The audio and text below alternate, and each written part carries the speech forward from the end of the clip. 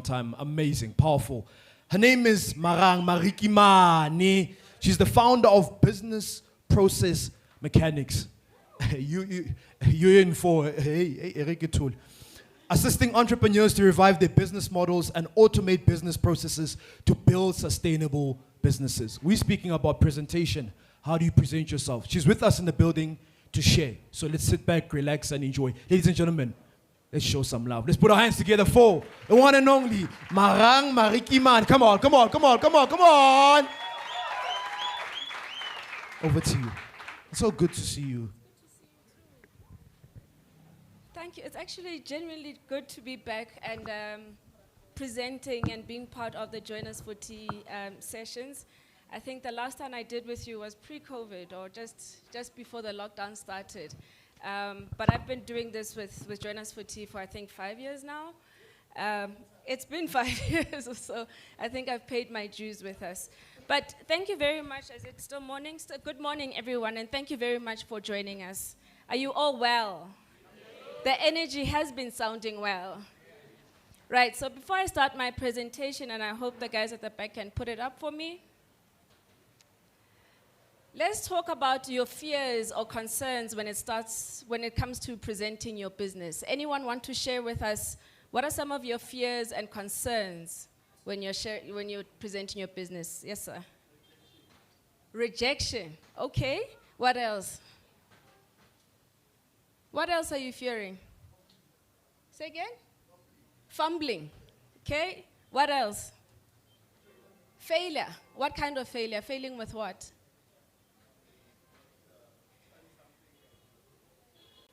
Say it again? And not being able to get it right. I once heard somebody say sometimes they even fear the stage opening up and swallowing them. Right? Because those are real fears. Can we get to the next slide, please? What I want to say to you is that we all have real fears when it comes to presenting our businesses, right? But the only way you can overcome any fear, inclusive of the rejection element, is actually to prepare. You gotta prepare. Understand even those fears and why those fears exist. So if you're afraid of the rejection, if you're afraid of the failure, what kind of rejection is it? So if they say no, what else could you say to actually get them better to a yes? Use that opportunity to get feedback, to say, how else could I improve, right? See that as an opportunity to get feedback for your presentation, to say, how do I improve so that next time I present to somebody else, I get a yes instead of a no? If I'm worried about the failure element, research. Do the research, get the facts right. Remember the facts that are relevant. So understanding your fears about what it is you're going to present or how it is you're going to present is one of the key steps to actually overcoming and making sure you have control over the presentation. Next slide, please. When the pitch, so I'm hoping that as we talk through this, I'm going to help you refine your pitch. Right? And that's just generally the presentations that we give as business owners is going to be us pitching for business. Either we're convincing somebody to invest in us, or we're convincing a customer to buy from us, or we're trying to convince somebody to join our team and collaborate with us. So I'm working really to refine this pitch as I'm giving you the presentation tips. So speak to the why you are selling what you're selling. Why are you selling what you're selling? A lot of the times you hear people speak about the features of the product. You know, it's green, it's sunlight liquid, it's going to compete with the sunlight liquid and whatever. But rather speak to the benefits. The lady that spoke, I think, that came here with the last pitch, that does the detergents, she spoke a lot about how it was economic. Firstly, it was an economic product, and it was also safe for your hands, so it doesn't damage any of your hands. Those are the benefits of what you're selling.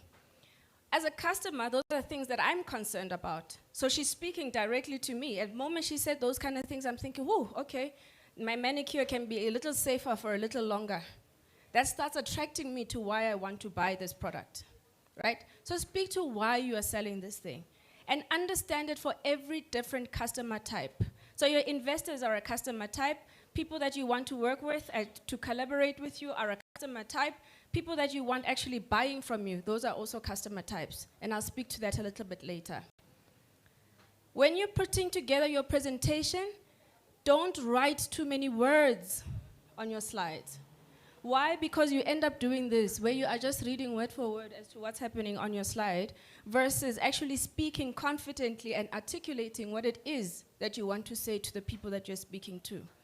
So keep your notes to a minimum on the actual screens or the slides that you're presenting to people. Also notice, because I want the engagement from you, and I specifically want it from Twitter, I've put in there, you know, Twitter and my handle there. Meaning you can engage with me. If you want to engage with me while I'm speaking to you, you can engage with me on Twitter, right? Easy way to get marketing. And as a public speaker or as a business owner, when you're using public speaking as a tool, that's what you want. You want people to be able to engage with your content, and you want to direct them to where they must engage with you. Next slide, please. This is what they call an empathy map. They also call it a value proposition map. This is what helps you dig deeper into understanding why you are in business. Why are you selling what you're selling? The more you speak to your customers, the more you speak to your investors, this is what you're always trying to understand. On one side, you want to understand what it is that they need done as a job. So meaning, what problems do they have? What do they need solved? What are the things that attract them to certain products and services? Is money important? Is the price of things that important? Is it a deal breaker? Or is it just going to be a luxury good where actually, I don't care how much it costs, I just want to look good in it, right? But what you want to do when you're doing these kind of value proposition maps is understanding your product and services deeper. Use it even if you're getting the feedback. As a presentation tip, adding graphs and images about the impact that you deliver about your business is key. Add that. It helps the person that you're speaking to actually visualize the impact that you're delivering as a business, right? Be it a graph, be it an Excel spreadsheet that you want to have. What's also important is that in your images that you're using, label the stuff so that it's easy to follow when somebody is talking to, when you are talking to your audience. Don't put too many labels, and as you can see, none of them are overlapping. The format is the same, right? The font is the same, so it's a neat, tidy picture that you're putting out there. It's not blurry. I've cleaned it up, especially for the presentation, so that my audience can see. Next slide, please. It's also important to know the audience that you're speaking to. Tailor your presentation to the audience that you're speaking to. So if it is an investor, your pitch or your presentation should be gearing towards driving this investor to understanding what your business is and where you want them to participate. Understand their influence in making the decisions as to how next they can invest in your business. If it is a customer, I mean, there is no point me talking to, when you're talking to a mom about buying a PlayStation 5 for their son, it's a very different conversation to when you're talking to the kid about the PlayStation 5. The kid wants to know all the features of the PlayStation 5. They want to get excited all about it. They know what they want to do. They want to play the game. They're not interested in the cost of it because they're not actually going to pay for it. But when you're talking to the mom that's going to pay for it, you're going to talk about how you're going to buy this product and it's probably going to last the kid like 5-10 years, and they don't need to buy it every single year because the software gets updated. That's what the mom wants to hear because they don't want to be making this expense over and over again. Right? So tailor your presentation to the audience that you're speaking to, and understand what matters to them. Next slide, please. Go back. Yep. So remember earlier I spoke about the different customer types. When you're speaking to people that are suppliers to your business and you want them to collaborate with you, they want to know that just from this collaboration, it's not going to be a once-off collaboration. There's going to be repeat business, and it's going to keep coming over and over again. Tailor your presentation towards that conversation. So don't tell them about buying products and stuff like that that is not relevant to them. Speak to them how this is going to translate to repeatable business for both of you so that you both benefit. If you're speaking to your investors, they want to see a sustainable business. Sorry, I didn't get... Monique earlier was also speaking about how they are helping small businesses to become sustainable businesses, right? This is not just for a feel good. That is one day, so that one day when you come back and say, hey, Nedbank, I need help, they've got a track record and they can see that you've done the work to become a sustainable business, and they want to see how they can then take you to the next step. Every investor wants to see that. So when people say then, one of the big fears also that comes up is speaking about financials when somebody's presenting their business. Don't be afraid to speak about those financials. Get the help, rather, from an accountant to understand what those financials are so that you're better placed to speak about them when it gets to this part of the conversation. Your customers want value for money. They want to know that you understand my pain points, and you are actually selling me a product that speaks to my pain point. What we tend to do, or what I hear quite a lot, especially in a pitch, is buy from me because I'm 100% black owned. Right? Right? But there's a story behind why it is important to buy from you because you're 100% black owned. There's an economic equation to that. There's a benefit to the investor for them to invest in you because you're 100% black owned. Speak to that benefit. Not to the aesthetics of what we're just seeing. So speak to that benefit of that business. When we're trying to recruit teams, a lot of us don't think we need to pitch our business to somebody that we want to employ. We always think that it's the person that wants the job that has to come for the interview. And we forget that we actually have to pitch our businesses to say, listen, as an alternative to that big corporate, you're coming to work for me, and this is what I'm offering you as a path of growth within this business. This is where I'm seeing your contribution adding value into our business. Have that presentation ready. Have it thought out as to why you want this person to also come and work for you. And it's especially hard because we can't even offer them those benefits. But what I can offer you is opportunities to grow within a business. While we grow, you are also then going to grow, right? Have it as a tribe. Have them feel like they are a contributor to that, to the equation of growing that business. Next slide. What you then also want to do is speak to how you want people to invest in you. So when you're doing your presentation, you are, at this point, have told the story of who you are, why you're in business, and you want to lead them to that sense of this is why they must invest in you, this is how you want them to invest in you. If you're not leading your audience to a certain particular decision, you are going to lose that opportunity. You're giving it room for people to say no to you. You almost want to be able to hold your audience by the hand and then walk them through this path of saying, this is who we are as a business, and this is where I would like our journey to head to. Also, something to note is if you're using images in your presentations, please have them clear. I have not used any blurry pictures here. And the reason for that is you don't want to offend people that are looking at your presentation, right? If it's blurry and we're all going like this, we can't, like, you've lost us now. Now it's just like, hey, Yasi, that presentation would have been nicer if the pictures were nicer.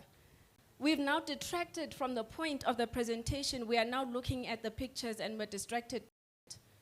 If you're using videos to it, please keep the videos short, right? You don't want a person being so drowned into your video that you've lost them into what you're actually there for.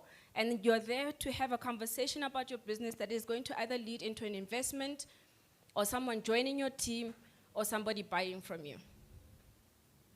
Next slide, please.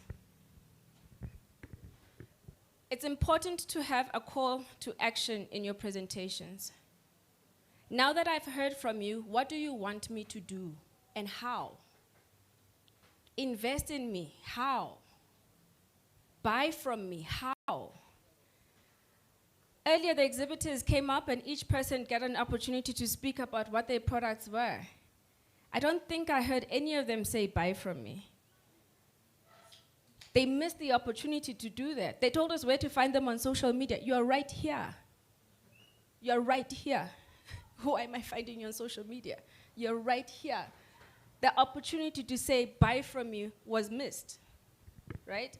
So whether or not you have a visual aid to your presentation or you're just going to talk people through it, at the end of it, you really want them to say, so what do I do now with all of this information? I hope you would have done enough to say to the person, buy from me, and my product costs 20 Rand, and if you buy 5 of them, I'll give them to you for 90 Rand. Get the deal while you're at it. If they say no, ask them, so why didn't I get a yes? What could I have done differently? Is it something wrong with the product? Is it something wrong with the request? I mean, when we were doing the adjudication for the pitches earlier, we had to write notes as to what the person could do differently or better, right? That kind of information, you have the opportunity to take it during the presentation or even right after. Next slide, please. And this is my call to action to you. Do you have any questions? Yes, no? Then I think my job is done. Thank you so much. No questions. Was it that, like, you know when you don't have questions, it means, yo, it was deep. You're not sure. The question I might ask is it, no questions?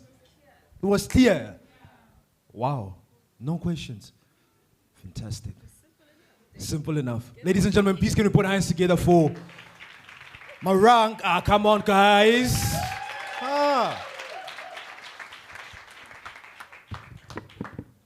Marang, please come on stage.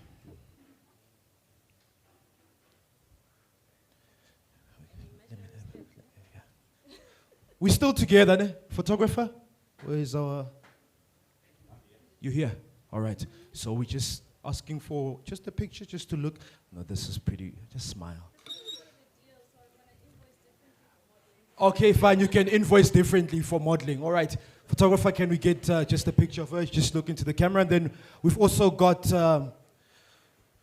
flowers for you. Pretty. All right. Yeah. These are flowers for you just to say thank you. Appreciate it. Part of the family, always adding value. We are really, really appreciate you. Thank you so much. So those are flowers. Can we just also get... I think there's... there's more. There's a book. There's a bag. And I think there's something else. No, there's a book and a bag, yeah, that we've gotten